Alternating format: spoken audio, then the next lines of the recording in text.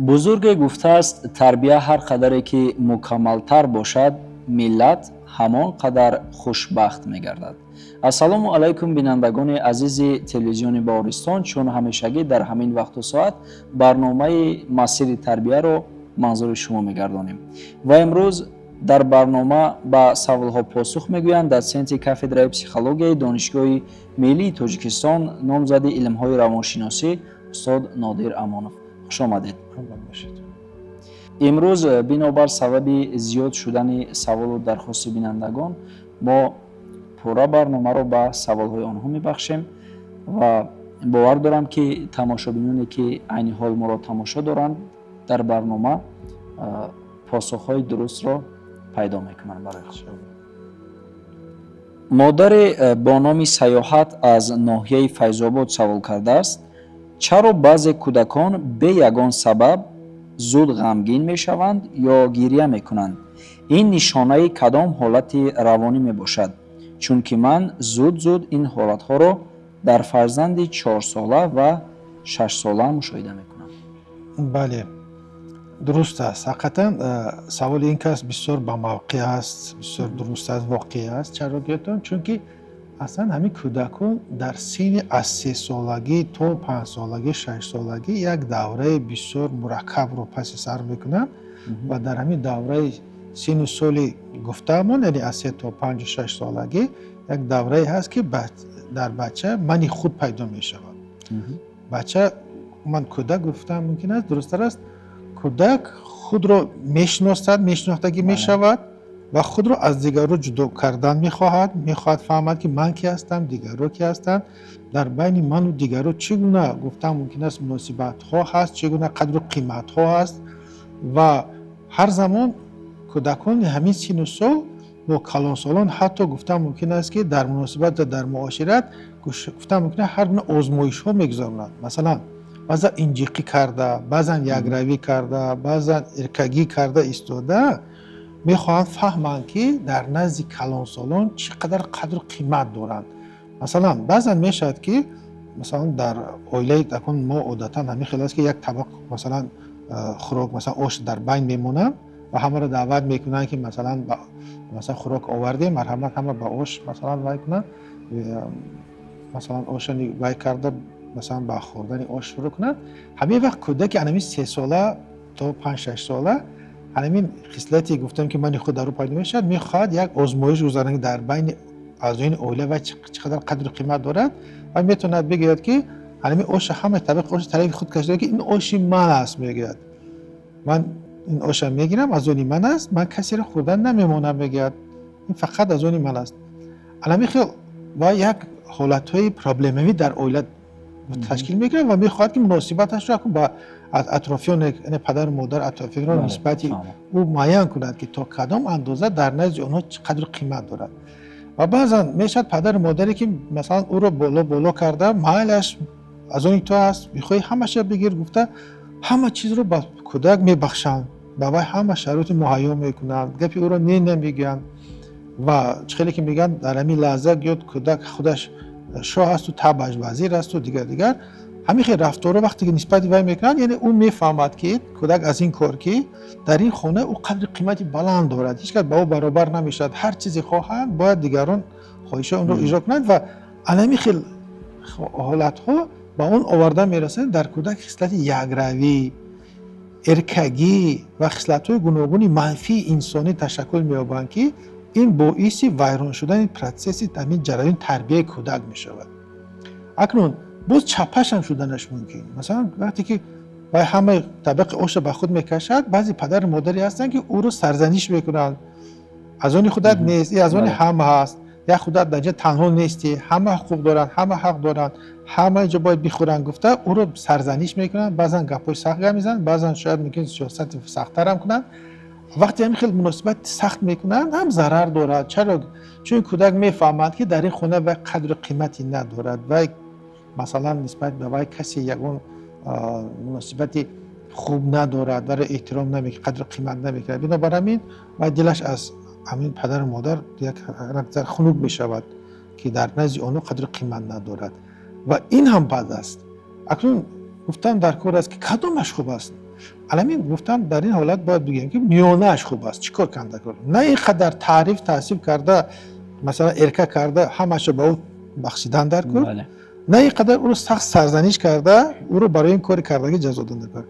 همین حالت با یک پدر و مادر عاقل فاضل دانا باشند مثلا با یک زبان شیرین به کودک میفهمند. بله میگن مثلا اگر تو آش خواهی ما آش به تو میتیم، چرا نتیم؟ تو از همه مثلا فرزندی دوست داشته ما هستی، چرا نتیم؟ میتیم.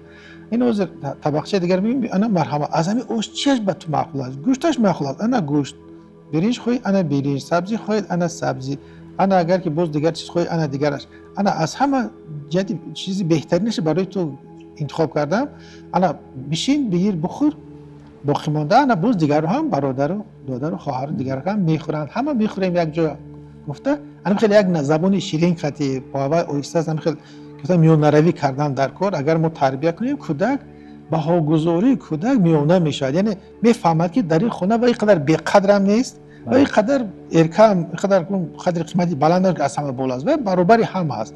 و در اوله که کودکان میفهمند که همه برابرند در اون اوله برابری هم میشود و همین تربیت درستی کودک در اوله همین است که کودکان باید درک کنند که همه برابرند و همه برادرند. بنابراین روش جریان تربیت درست می شود و خوب می شود. یعنی والدین نیز باید این برابری رو رعایت کنند. بله همین والدین وظیفه دارند که همین رو هر زمان به کودکان فهمانده ایستند. هر لحظه زندگی بکی در این خانه همه عزیزند، همه مهربانند، همه برابرند، کسی بی‌قدر و کسی از میان زیاد از بین دیگران بالاتر نیست، همه برابرند.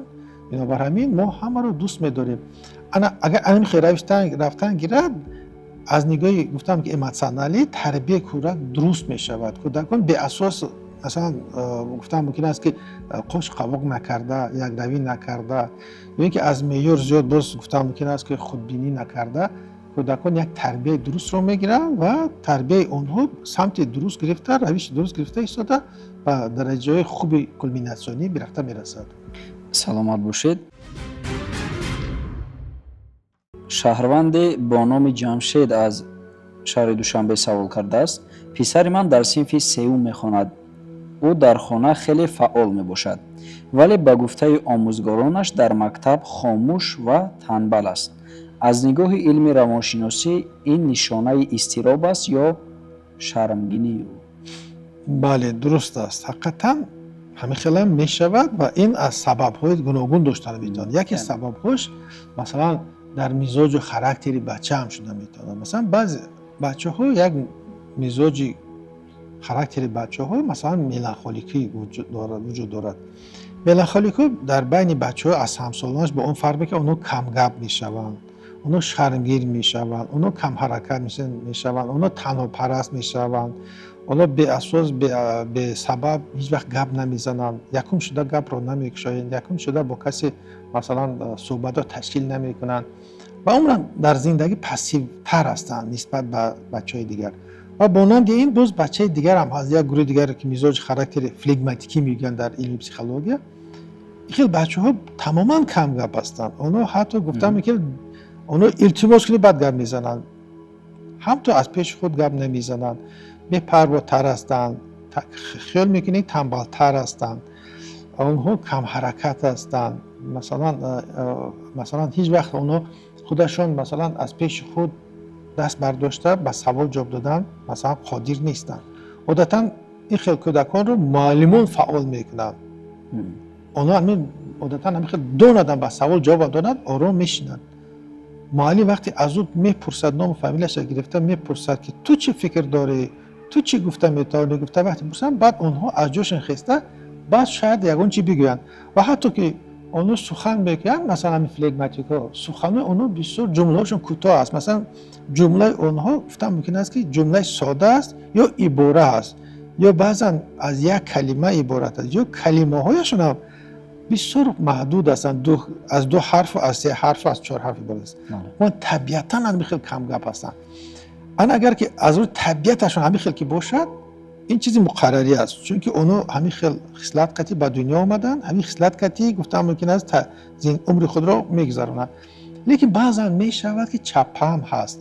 بچه مثلا مزاج نه فلگماتیکی دارد نه ملانخولیکی دارد، لیکن در سین پاسیو است، چون که بعضا معلمان در وقت درس و بچه ها در وقتی با بچه ها مناسبت میکنن، بعضا بچه ها رو گفتم میکنن که روح بلند نمیکنن، دستگیری نمیکنن. مثلا بچه وقتی اون گپ که جواب داد خطا کنن، ما بود خطا کنن، شین نو درست گپت خطا است، این خیلی گپ وجود ندارد، تو دویم خطا گپ میزنی. گفته یک دو بار همین خیلی باورگذاری کنن، بچه تماما از گفتن میموند، خواهش دست برداشتنش هم نیست میشود، گفتارش هم کم میشود، او یک گفتن زیر یک فشار تهدید پیدا قرار میگیرد. و عادتا معلمی با تجربه باشد و صاحب تجربه باشد و عاقل و فاضل باشد، مثلا در وقت درس گذاشتن بچه‌ها را روح بلند کرده درس میگذارد، هوسمند کرده درس میزنند. مثلا وقتی بچه یگون مثلا یک چیزی گفت، او رو مثلا با وی مراجعت کرده میگه آفرین بسیار جواب خوب دادی، من باوری دارم که مثلا اگر تو همین خیلی دست برداشته فعالی نشانتی، بود بهای تو بلندتر میشه، رفتارت هم البته خوبتر میشه. و من درباره این کار خوبت و پدر مادرت هم مثلا خبری خوش میرسونم. گفته همین هوسمند کرده، وقتی روح بلند کرده ایستاده، هوسمند رو بلند کرده ایستاده، رو مثلا معلم با اونو رفتار کنه، فکر کنه، کار کنه، بچه‌ها فعالتر میشه، گشاده میشوند، ترس و هراس گم میشود، آزادتر میشوند، در اون خواهش گفتار و فعال بودن و جواب دادن و حاصل جواب شدن، همین خصلت‌های خوبی فعالی در بچه‌ها تشکل میاد که این ببینید از هم از بچه وابسته است، هم از طبیعت بچه وابسته و از فعالیت اطرافیان یعنی معلمان هم وابستگی دارد که تا کدام اندازه در درس بچه پاسیو است یا فعال است. بنابراین معلمان خوب اصلا بچه‌ها را خیلی رو بلند و دستگیری کرده است، قدرشناسی کرده، جواب گفتار اونها را هر یک پی اونها مثلا بهای مثبت داده، هوسمند کرده، بچه‌ها را فعال میکنن و این خیلی بچه‌ها اصلا با یک غیرت تام زیادتر، بهتر و خوبتر و با خوب اعلی میخونن. یعنی اینجا پیش از همه مناسبت. بله مناسبت است، هم طبیعت آدم نقش می‌بازد، هم مناسبت و معاشرتی مهارتی استادم را می‌بازد، نقش می‌بازد که بچه فعال شود. سلامت باشید. بینندگان گرامی، این ادامه برنامه مسیر تربیت است. اگر شما نیز سوال و درخواستی دارید میتوانید با ما در طول هفته البته ارسال نمایید. میگذاریم به سوال دیگر. مادر به ابراز نام نسب از ناحیه رودکی سوال کرده است: من برای هوسمند کردن فرزندان خود به تحصیل و علم آموزی با آنها وعده ها میدهم. برای مثال میگویم که اگر زبان روسی را خوب آموزی به تو نوتبوک میخرم. آیا چنین هوسمند کنی من از نگاه روانی درست است؟ بله درست است، درست است، لیکن یک نازکی هم باز دارد. خب مثلا اگر که بچه خواهیم که برای به دل ما رفتار و کردار کند، عمل کند، هوسمند کردن در کار است، یک مرامی در او تشکل دادن، در یک قوه باطنی را وادار کردن، پیدا کردن در کار که با همون مرام باطنی، قوه باطنی او را فعال کند و سمت و فعالیت او به همون طرفی که ما میخواهیم انتظار است، همون طرف روانه شود، خوب شود. و اصلا این کار خوب است، لیکن یک طرف منفی هم نازکی دارد که بعضی پدر و مادران مثلا به دست کودک پول میتن، مثلا تو بهای 5 که گرفتید، من به تو مثلا 5 سوم میتم، بهایی که مثلا باز 2 تا 5 گرفتید 10 سوم میتم. گفته در دست کودک هر زمان پول میتم. اگر همین خیلی طرز هوسمند کنی باشد خطا است، چون که کودک با پول همین خیلی هوسمند کردن بعدش در اون است که کودک این پول گرفته رفته میتوند مثلا چیزهایی که بر ضرر او است مثلا اون رو بخرد و بعد و ایستاده همین خیلی پول باز شده ایستاده، بچه رو به قماربازی و کارهای دیگر منفی دست دادنش ممکن است. لیکن این طرز این که سوال داده ایستادن که مثلا من با بچه یگون مثلا نوتبوک بخرم، یا اون چیزی که بچه هوس دارد، یا که تلفن هوس داره، یا نوتبوک هوس داره، یا ویلوسپد هوس داره، یا دیگر هوس داره، همین رو مثلا ما وعده کرده میتونیم به شرطی که قطعی بچه با همین همفرزند خودمون یک مصلحت کرده، یک مشورت کرده این کارا کنیم که مثلا یک شرطنامه گفتم بستن در کار است که پسرم تو اگر تا آخری سال من دوامی تو رو میبینم، رفتارت رو میبینم، خواندن اگر تا آخری سال مثلا ببینم که مثلا رفتار خوب باشه، در شکاری نکنیم، معلم از تو خرسند باشه، تو تعریف کنن و آخر باهای سالانه تا ببینم که همش اعلا هست، من پسرم همین چیزی دوست داشتد اگر همین که باشد من در وقت تعطیلی تابستانه با تو این چیز خریده میتیم. گفته انا میخواد یک گفتم میکنه است که سازشنامه تیار کنند و هم مصلحت و مشورت کرده کار کنند، انا خوب است. یعنی ما چیزی به بچه باید وعده تیم که دلش میخواهد، یک که اون چیزی که میخواهد نه بر ضرر تربیت کودک باشد، دو و این چیز خوب است به شرطی که هر زمان ما هم خاطرشون کنیم و بچه هم دلش پر شود که ما بر وعده ما وفا میکنیم و بچه با تمام هستی به همین سمت درست حرکت کند. اصلا بغیر از اونی که باز همین ما وعده میتیم، باید پدر و مادر هر زمان بچه را هوسمندی مثلا سخنی هم کردنشون در کار، مثلا گفتن در کار بچه جان مسئولیتمون چی بود، چیکار کرده ایست، یعنی هر زمان روش سنجیدن در کار. کی من یک بار دفترای تو ببینم، یک بار بله روزنامه تو رو ببینم، روش ببینم، یک بار من مثلا فکر عقیده معلم نسبت یک رفتاری کردای تو بفهمم که آیا با سمت در کاری مسئولیت و مشورت که تو حرکت داری نداری، یعنی باور کردن در کار، مسئولیت کردن در کار، لیکن نظارت باید از دست نرود. هر زمان باید نظارت کردیسته استیم و هر زمان خاطر رسون هم کنیم که بچه جان از روی مسئولیت مشورت همون ما چی خلق وعده کنیم، من چی وعده کردم، تو چی وعده کردی و ما باید در وعده خود مثلا وفا کنیم و در وعده خود باید باشیم، در فکر باشیم و هر کس باید وظیفه خود را باید اجرا کنه. انا میخوام نظارت باید باشد و کودک هم هر زمان فهمد که پدر و مادرش این سخن رو تصادفاً نگفتن و بر وعده خود وفا میکنه. انا میخوام نظارت همکاری باشد و هر زمان تعریف و تاثیر باشد. بله پسرم کارت به من معقول است، تو آینده درخشان است، اگر میخوای رفتن گیره تو آدمی بزرگ میشه، آدمی خوب میشه. گفته هر زمان میخوام با سخن قطعی هر زمان میانی او رو مستحکم کنن، خواهشش زیادتر کنن، آنگاه بهتر خوبتر میشه. سلامت باشید. خوب، با سوال دیگر میگذاریم. آموزگاری از شهر استرابشان سوال کرده است که وقتی خواننده نورس با خودش باور ندارد و میگوید من چیزی نمیشوم، این چنین ناباورانه سخن میگوید، در این حالت چی باید کرد؟ درست است، بسیار سوال خوب داده. همین عذر در همین بچه های نورسان باید بگوییم که یکی از خصلت هایی که همین ناباوری به خود دیده می شود، این باز در همون مزاج و خاراکتری ملانخولیکی است. مثلا طبیعتاً مادرزادی بچه هایی که ملانخولیک به دنیا می آیند، آنها به خود ناباورند، به امکانیت های خود، به قابلیت های خود، به گفتم خود به خود باوری کمتر دارند، ناباور هستند، به خود باهای پس میتیند، به امکانیت های خود باهای پس میتیند و این خصلت خاصی منفی آنها است.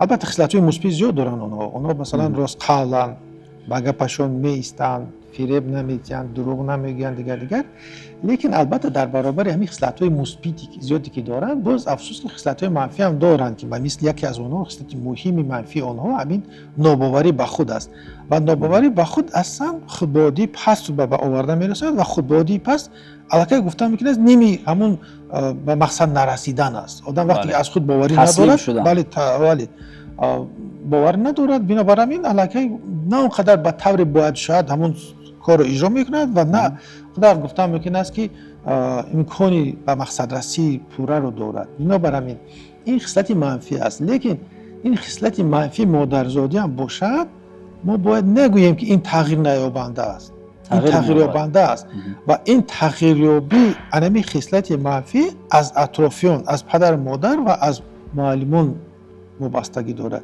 اگر در کار و فعالیت در خانه و چی در مکتب و در هر جایی که نباشه، اطرافیان هر زمان به همین بچه دائما تاکید کرده ایستند که تو چه خیلی خوب بازی میکنی، تو چه خیلی خوب میخوانی، تو چه خیلی خوب رفتار داری، کاری تو گفتاری تو رفتاری تو به من پسند است، خیلی خوب است، تو قادری به این کار، تو میتوانی این کار کنی، تو بسیار امکانات های خوب داری، تو بهترینی.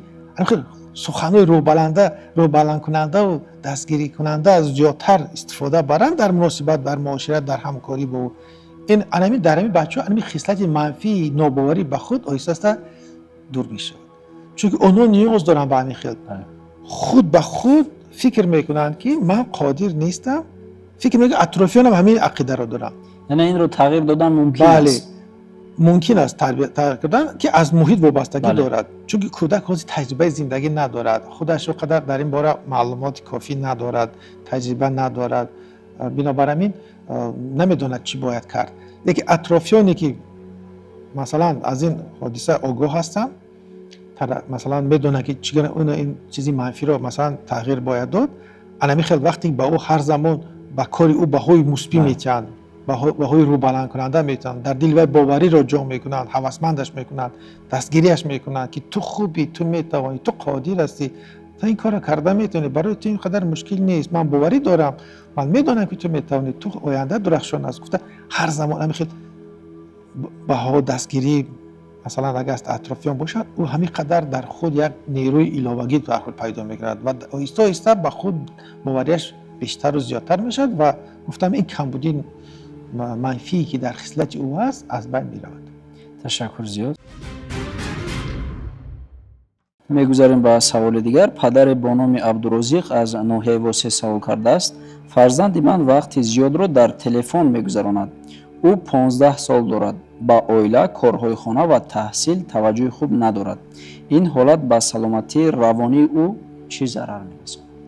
البته این ضرر کلان منفی میرساند، چون که اگر بچه اینقدر وقتی بسیار ساعت‌های در روز، 1 ساعت 2 ساعت نه بلکه یک چند ساعت، 10 ساعت و 15 ساعت در یک شبانه روز اگر کودک با تلفن مشغول شود، با تلفن بازی مشغول شود، این علاقه نشانه یک گفتن که کسلی هم گفتم ممکن است که این رو کسلی رو وابستگی میگن. اینقدر بچه با این تلفن وابستگی پیدا میکنه که به تلفن خود رو تصور کردن نمیتواند، حتی گفتم میکنه باز که کسلی هم میشود. تلفن اگر وای گم شد یا ویران شد دیگر شد، بچه حالت روانیش بد میشد. چطوری که مثلا آدم با تنباکو وابستگی پیدا میکند، همین خیلی وابستگی به همین تلفن هم میشود.